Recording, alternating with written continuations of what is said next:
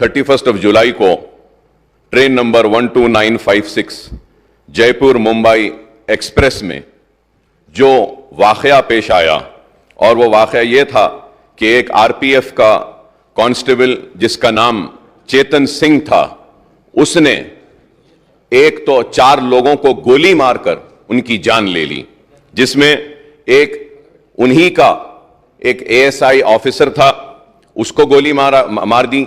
और उसके बाद में 3 लोगों को, मुसलमान थे उसमें, जिनकी बड़ी बड़ी दाढ़ियां थीं, उनको गोली लगाकर कनपट्टी पर एक बोगी से दूसरे बोगी 3 बोगी आगे ले जाता है और ले जाकर उनको गोलियां मारता है, और मारने के बाद यह कहता है कि इस मुल्क में रहना है तो मोदी और योगी को वोट देना पड़ेगा। और अफसोस मोदी और योगी के साथ कहता है कि फिर ठाकरे को वोट देना है। तो मुसलमानों के साथ इतनी नफरत क्यों?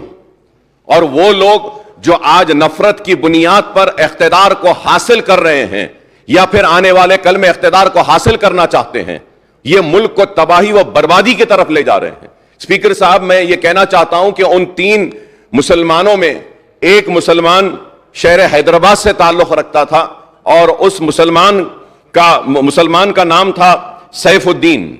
वह सैफुद्दीन अजमेर की दरगाह को गया था, वहां पे उसमें दरगाह में जियारत की, और अपने मालिक एक छोटे से मोबाइल की दुकान में काम करता है, अपने मालिक के साथ अजमेर को गया, और उसका सेठ, उसका मालिक उसके साथ में है, वो गैर मुस्लिम है। तो वो परेशान होकर उनकी फैमिली को बोलता है कि हम बॉम्बे पहुंच गए हैं, उतर गए हैं, लेकिन ये बच्चा नहीं है। तो उसके बाद जब आगे जाकर देखते हैं तो उसको गोली मार दी गई है, और हद तो यह है कि एक गोली मारी और जब वो नहीं मरता है तो और एक गोली मारी गई। तो यह नफरत है कि आज तेलंगाना रियासत में हम ऐसी ताकतों को रोकने में 9 बरस में कामयाब हुए हैं, और इंशाअल्लाह आगे भी हम इनको रोकेंगे, इनको शिकस्त देंगे। हम इनको बताएंगे कि तेलंगाना में हिंदू मुसलमान आपस में मोहब्बत के साथ रहता है। और आज मुल्क को क्या चाहिए? मुल्क को तरक्की चाहिए, मुल्क को खुशहाली चाहिए, मुल्क को बेरोजगारी का खात्मा चाहिए।